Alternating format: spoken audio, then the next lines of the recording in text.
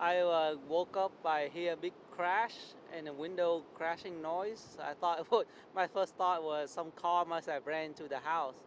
So I look out the front, there was like nothing. The open and I go look out the kitchen and there was nothing. Uh, a big tree just took off the whole kitchen. So nothing's left of your kitchen. Now you see open air, it's an open sky.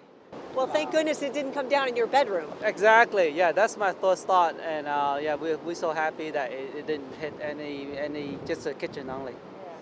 What do you have to do now? A car insurance, and but we going to a hotel. Basically, there's no gas, no electric. Fire like some 10, 11 fire truck came by this morning. They secure the house, turn off the gas, and turn off electricity, and so. Insurance will rebuild it first before they turn off or turn back on the electricity.